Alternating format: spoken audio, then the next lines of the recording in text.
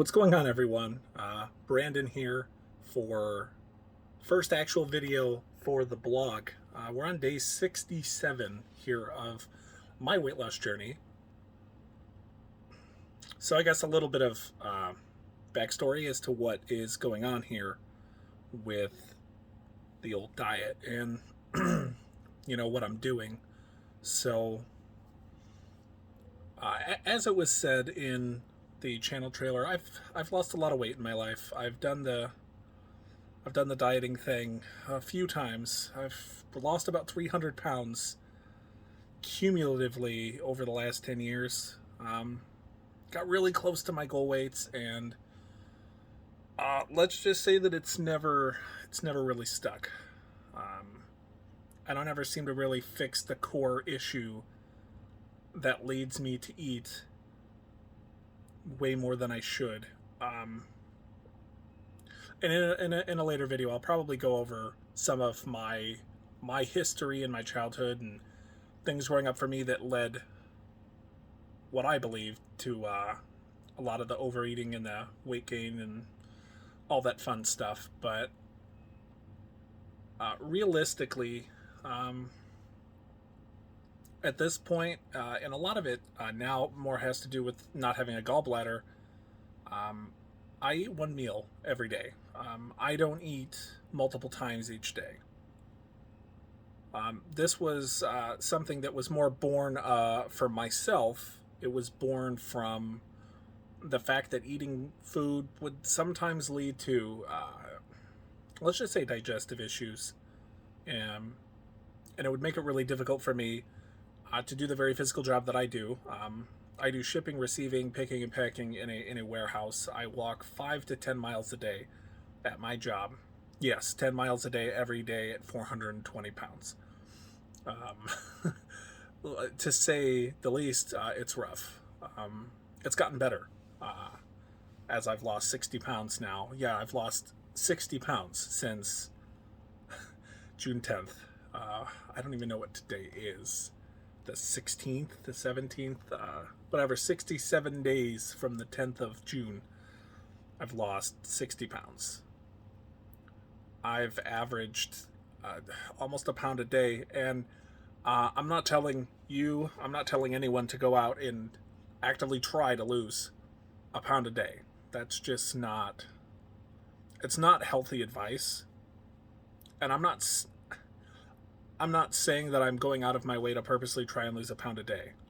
Again, the one meal a day thing has to do with if I eat things before I go to work or I eat at work, sometimes there are issues with having to go to the bathroom, and so I do what I have to do. I don't eat before work. I don't eat at work. I eat when I come home. Now, I'm not going to say that what I do is a keto diet, because it's really not a keto diet. Keto is high fat, medium protein, and low carbs, really. My diet doesn't fit into that, unfortunately. The bulk of my diet is actually protein. I can't do a lot of fat because of no gallbladder. And I've done keto in the past when I had my gallbladder, and it worked great. For me, it wasn't something that I could do long term. So I'm not here to be a proponent of keto. It works, believe me, it works. And anyone who says that things like keto or low carb are no more effective than a regular diet are probably people, in my opinion, that just have they have a willpower issue when it comes to eating, or they're just lazy. And I'm not saying that to be mean. Some people just are more sedentary by nature. I don't know if it's genetics. I don't know if it's the way that people were raised. I don't know if there are people that just like to game and watch TV, and I have a bit of that in me too.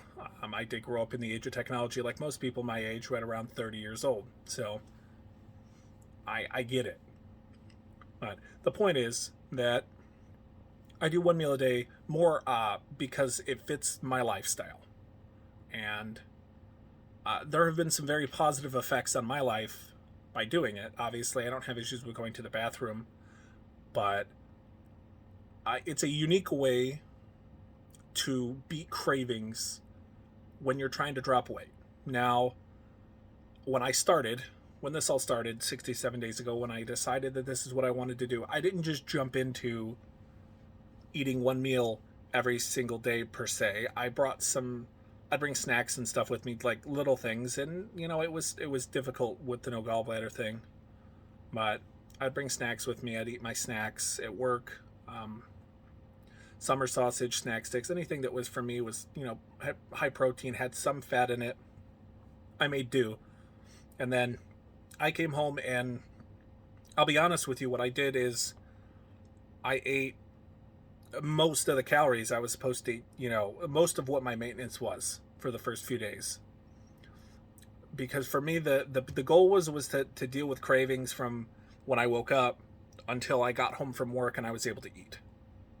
So for me, that was the big thing, was really trying to control those cravings from, point A to point C. Once I got used to those cravings, I might have one or two hunger pangs throughout my day, and that's okay. You're gonna have some hunger pangs. Your body wants you to eat. But I basically, for that first week and a half, I trained my body that, hey, you're not getting food until it's time to eat. And I kind of trained my body that, hey, this is when food's gonna come. And those cravings, they slowly started kind of waning away, almost like weaning yourself off of like caffeine, or smoking, or anything that your body is very used to something being a certain way. I kind of made those cravings slowly go away. And once those cravings were under control, I started cutting back, on the food that I was eating in that meal. So I'm going to be honest with you. At this point, my stomach has shrunk a lot. And by that, I have to eat less food now before I feel full. And one of the issues that I've always had as a person when it comes to weight loss, and it stems a lot from stuff that happened to me when I was younger, and like I said, one day I'll go into that. It's not really relevant for first video stuff, but I have this borderline obsession with feeling very full. I would eat until just short of almost feeling sick. And so for me, that's kind of the thing that I had to get under control. And so I'm not going to say that I really count calories, because I don't. I know that the foods that I eat in the one meal that I eat each day are going to be dense enough physically to make me full. And you or anyone else who's watching this that wants to try doing one meal a day or something similar to what I do, you can really substitute in whatever you want. I eat 2.5 pounds of skinless, boneless chicken breast each night, and whatever I want to dip it in. And I know that may sound silly, but it is something for me that works. So I have an air fryer. I swear by it, and not for the reason that other people do. Look, I'm not going to tell you that it's any faster. I'm not going to tell you that the chicken itself tastes any better or anything, but there's two reasons why I use the air fryer. One, it takes time to cook the food. It takes time to cook the food. So I put my chicken breasts in, and it can take 40 to 50 minutes for it to cook. And when I started the whole diet thing, I would obviously not eat, after I got to that point after that first week. I wouldn't eat up until I get out of work at 7:30 p.m. Central. So I get home at about 8 o'clock at night. Now, because of the way my schedule is, I stay up pretty late. I'm up till 2, 3 in the morning. So it's not like I'm eating right before I go to bed. But I put it in the air fryer. It takes 40 minutes, 50 minutes to cook to the way I want it. Now, it takes that long because if you overcook it just a little bit in the air fryer, it comes out crispy. It almost simulates having skin on it, which is nice. It's a texture thing. It makes it more palatable, more enjoyable for me, so I do that. But also, there is food in the house to eat, and for me, it's not readily available. I have to go and cook the food, and that's kind of the point, If I want more food, I have to wait for it. So I would eat my chicken that I would make, drink my Gatorade Zero, whatever I got going on, and I would eat it. And if I felt hungry still, it would force me. I would have to go cook more food, and it would take 40, 50 minutes. And the human body takes time. Yeah, it takes time to register that you've eaten food and that you're full. And for somebody like me, I wanted that instant satisfaction of feeling full right away. And so it made me wait. And I got to a point where very quickly, probably only a few days of doing it, where by the time the chicken that I cooked the second time, if I wanted more, was done, I didn't really feel the need to have it. Now, maybe I didn't necessarily feel like I was super full like I had wanted, but I felt satisfied enough to where I could say, hey, I guess I don't need to eat this. And I would stick it in the fridge and, that'd be it. So, the air fryer for me has been great. It's quicker, or it's maybe quicker than throwing it on the grill, because I buy frozen chicken breasts, and yeah, I know I could go with the fresh ones, but I found frozen ones that are just kind of the perfect size for the air fryer, so it works out for me. And that's just kind of how I do it. And so so I eat one meal a day that's mostly protein. The thing that I tend to like with it most is salsa. I love salsa. And so I do salsa with my chicken. And that's why I say it definitely isn't keto, because salsa does have carbs in it, has some sugar in it. And if you eat half a jar of salsa, you're not in keto. So I haven't been in keto probably since the first week. And what I mean by that is literal ketosis. I haven't been in it since probably the first week of doing this.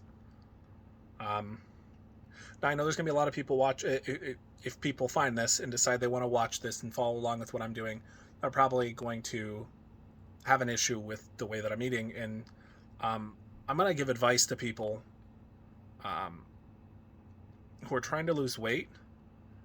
You need to find out what works for you. There's so many different ways that you can go about adjusting the way that you eat on a day-to-day basis. You need to find something that allows you to stick with what you want to do to reach the goals that you want. There's going to be a lot of people who are medically in shape, who lift, who exercise, who have healthy lifestyles. So we're going to look at what I'm doing, and they're going to tell me that it's not healthy. And you know what? They're not wrong. But a lot of those people do not understand. They don't understand what it is like being very heavy or having some sort of mental, emotional, or physical condition that affects your weight. It's the same way that somebody who doesn't smoke doesn't understand what it's like to quit smoking a cigarette. It's the same way that somebody who isn't an alcoholic doesn't understand how hard it is to put the drink down. I always find it fascinating how somebody can judge another human being about something that they themselves do not understand. Everyone's going to have the thing that they do when trying to break a bad habit or an addiction or an obsession. They have to find what works for them. And for me, this is what works. I don't necessarily feel deprived. Now, a lot of people will ask about cravings. So when I started, the goal is to go until my body gives me a signal that, hey, I need something. And so there were 3 days in the first 50 where I had a cheat day. But since I eat once a day, that's a cheat meal. And I ate whatever I wanted. And I mean that very literally. Outside of dessert foods. I think dessert foods are just a complete waste. Look, I can go to McDonald's and get cheeseburgers and get some level of nutrition out of a cheeseburger or french fries. There's something there. There will be something. Not much, but something. There's not much you're getting out of ice cream or cakes or cookies or anything like that. So I personally choose not to eat those kinds of things because I don't feel they're necessary. But I had 3 cheat days up until about day 50. Now, 2 weeks back, right around after day 50, that next weekend, I woke up Sunday morning and I had a stomach craving, like a food craving, that literally didn't go away for 4 hours. And I spoke with my girlfriend about it and was like, I think I need to eat some food. And so I went to Taco Bell and I spent like $30 and I just ate everything under the sun that I could fit into my body. Felt real sick afterwards, felt sick the next day. Due to salt and glycogen stores replenishing, I gained 5 pounds overnight. Now, it's all water, so I'm not worried about it. I'm fairly certain that in one meal, I couldn't have eaten enough food to have even gained a pound back because of, stomach limitations at this point. So, couldn't do it. Didn't worry too much about it. And by the end of the week, I had still actually lost 5 pounds from what I weighed Sunday morning. And so I'm at the point where between the 5 to 10 miles a day that I walk at my job, my size, because I have a naturally higher BMR than most people, BMR being basal metabolic rate, what I burn every day to stay alive at my size. And, the fact that I only eat probably 1,600 calories a day with the way that my meals are currently set up, that one cheat meal every couple weeks wasn't enough. And so recently I've converted, I will have one cheat meal a week where I'm just going to let myself eat what I want. So on Saturday, I went to Subway. I had 3-foot-long subs. I ate them. I felt real sick afterwards.